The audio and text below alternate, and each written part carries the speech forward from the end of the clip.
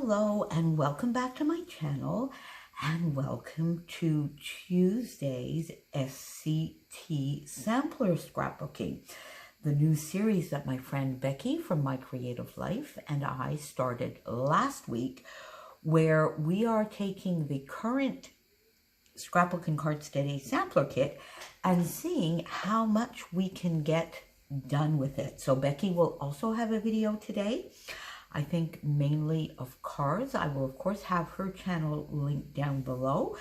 But if you recall, as I mentioned last week, when I posted a 12 by 12 layout, an 8.5 by 11 layout, and a card, and we looked together at what I still had left, there was way too much to just move on to cards and maybe some handmade embellishments. So I said, you know, I think I'm going to get another layout done. And here it is. I did. I got another 8.5 by 11 layout done with this awesome kit. And then you're going to see that really I am surprised. I don't know why I'm surprised, because I've known from the start that these kits are such tremendous value. And I've used them, but used them as samplers, just taking bits from the kit and adding it into my stash or into a kit that I was using at the time. But to really sit down and pretty much use only the kit is a first, and I can tell you we get a lot done. So I went for an 8.5 by 11 again. I cut down my white cardstock just a little bit so that I could back it on some paper. I don't like to have, if you follow me already and you follow me for a while, you know that I don't like just bare edges of white cardstock. I either have to outline, ink, or frame them. So I chose in this case to frame them. And then I really just wanted to do a central cluster with my photo.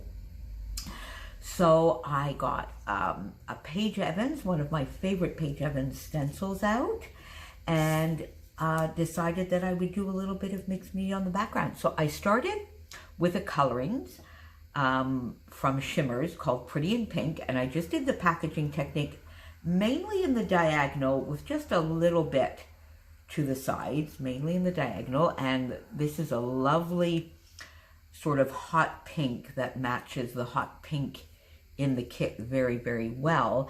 And then I went much lighter. I didn't want to go white.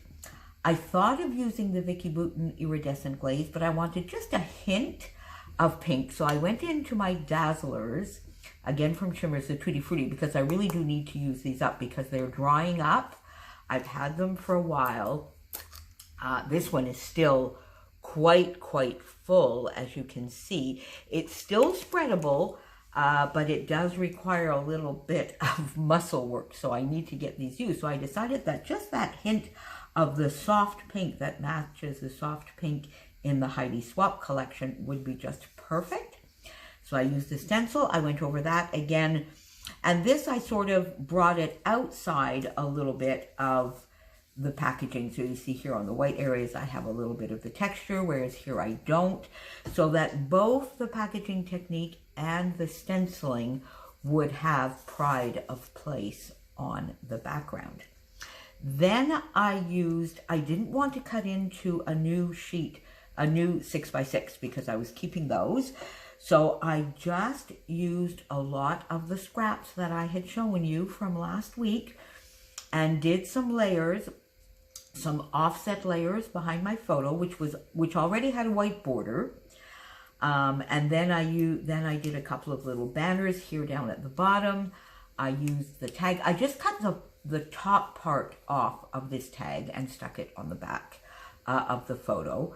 Mounted my little photo block here on foam and adhered it to the page. Now this is just, it's an everyday photo, but one of the things I've been doing through this pandemic and being at home a lot more is, and I guess partly because it's spring as well, doing a little bit of spring cleaning in my stash. So I don't know whether this will go into my pandemic album or just into my passion scrapbooking album. It will go into one of the two, But this I was quite proud of. I actually have a little bit of a video on this, one of my Freeze Fridays, because I had 2 full paper towers like this, and they were so topsy-turvy with collections and all sorts of different things in them. So I took, and this was done over a span, I think, of maybe 3 or 4 days to reorganize this, and then reorganize all of my flat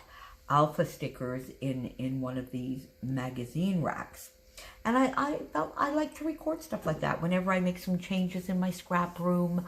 That kind of thing, I do record it. And I have an album that I call Passion Scrapbooking, which has a lot of that in it.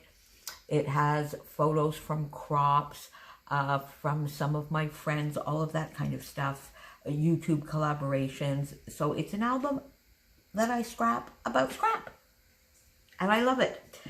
So I got that down.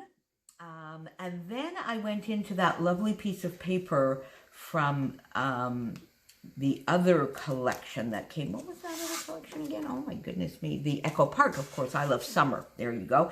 And I fussy cut some of the butterflies out, and I added those up on foam. This is just a piece of scrap that was left over from this little bit, and I made a banner. This banner was one of the die cuts that was in the kit. Added it up here. I did use the letters that came in the kit, and I just call it Refresh because that's really what I was doing. I was just refreshing this whole paper tower and this organization. And then because it matches so beautifully, I got a Spiegel Mom Scraps sequin mix called Tropical Escapade, which she had done. Look at how gorgeous that is, and it matches perfectly. It really, really matches beautifully, the sort of aqua blue and the pinks. So I went in and I got the large pink, the medium aqua, and then the darker navy, which I find is sort of in the picture, and it just gives a little bit of an extra pop. And I put a few sequins in the little nooks and crannies. When I scrapbook, one of the things I love to do is once I've got most things down, I look at little nooks and crannies, and that's where I will add enamel dots, nouveau drops, or sequins. In this case, sequins. And there you go. So quite a simple layout, but another 8.5 by 11 layout done with this awesome kit. And then... so then I've started, now I'll be coming back with these, but then I started some card bases and some card making with the rest, because I think at this point I figured, okay, I'm not going to be able to get more layouts done, so let's move on to cards and embellishments. And I thought I would go into my stash and take out one of my favorite summer stamps, which is from Your Next Stamp, and I think that's awesome that I use Your Next Stamp because it's another lovely Canadian company, and Your Next Stamp is often a sponsor to a lot of giveaways over on Scrapbooking Cards Today. So I took this one out, which is called, oh, I have it, it's called Sweet Hummingbird because there's a lovely little hummingbird there, and I just love this. So I just took this one piece of paper and I cut it down, and you see here, I just mat it a little bit because I find just matting gives a touch of definition, and I tend to remove just a smidge, because if I try and do my cardstock mat at the exact 4 1/4, 5 1/2, it's always overhanging a little bit, so I might as well do it on purpose, and I remove about a 1/16 of an inch, and then another 1/16 of an inch. So basically, this here is the pink in the back is 4 3/16 by 5 7/16, and then the top is 4 1/16 by 5 5/16. So there you go. I might try and come and do a card process for you. So I really just want, and that is just beautiful as it is. So I stamped, and I just used one of my die cuts. And you see, I'm going to color this flower. So I'll come back and show you, and probably ink the edges of this scalloped oval, raise it up, and there you go. I will have a card. Then on this one, I did two, and I did sort of a little bit of a smaller piece, a larger piece here down at the bottom, and this will be a side opening card as well. And then I just took one of my border punches, and it's a stamp edge with the back of one of these. There was a little strip left over, and that just helps put a little bit of definition, a pop of that lovely teal there, and it hides the join of the two papers. And I will do the same thing here. I'm going to color this. I will probably back this on maybe pink or maybe the aqua. What do you think? Should I back it? Let's see, what would it look like on aqua? Yeah, that might be nice. So I'm going to color this as well. I'm going to round these edges, and there will be another card done. There you go. So I've got two. And you recall I have already made one card. Here is a third. Now, this one has me a little bit stumped. I love it like this. So this was a 6x6. I cut it down to the same dimensions as I mentioned to you there before. Framed it with the pink. And this is just the little strip that I had left over from this 6x6. Matted it with just a tiny bit of the pink there. And I love that. Now, what am I going to put here? I'm not so sure. I find that putting another flower will be a little too busy. I'm looking at some of the die cuts I have here. Oh, well, now, maybe. That could be. That's an idea. That's an idea. Or maybe just a white, but larger than this, that I could frame in a color and put a stamped sentiment, maybe over here kind of thing.